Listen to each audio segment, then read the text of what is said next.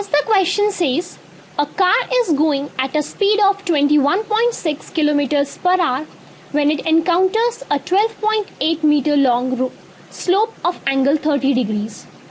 The friction coefficient between the road and the tire is 1 by 2 root 3. Show that no matter how hard the driver applies the brakes, the car will reach the bottom with a speed greater than 36 kilometers per hour. Let us first discuss this problem.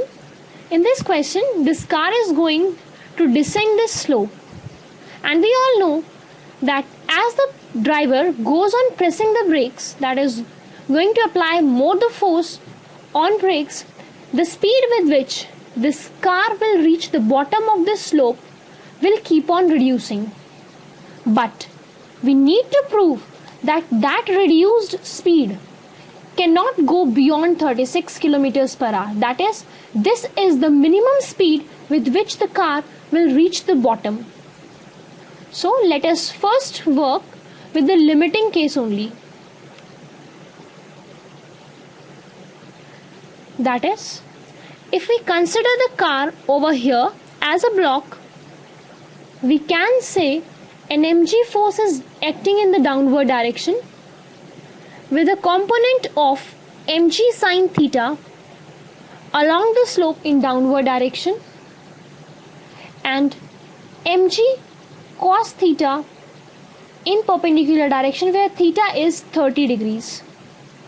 Now we are having a normal reaction in the upward direction while a frictional force is acting upwards with an acceleration a along the wedge in downward direction. Framing the equations, we can say that normal reaction is equals to mg cos theta.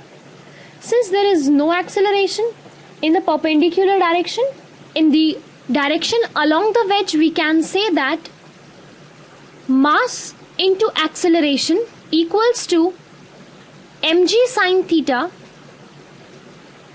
minus frictional force, and frictional force is equals to mu mg cos theta. Now we have been given that the car was going at a speed of 21.6 kilometers per hour.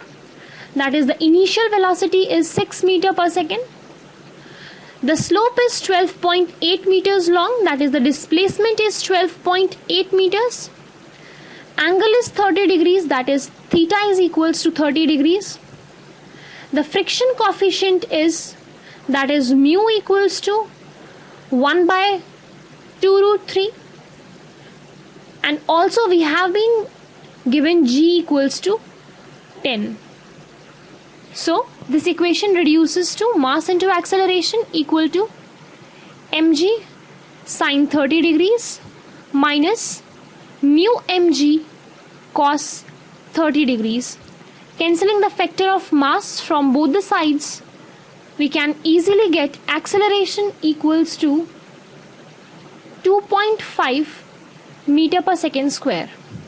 Now we have the acceleration, we have the initial velocity s, and we need to find out the v.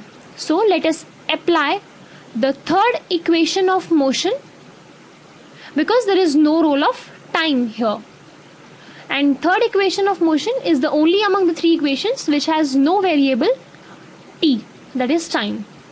So twice of as equals to v square minus u square, twice of acceleration, that is 2.5, the displacement s, which is 12.8, v square, which we need to find out, and u square, which is 36.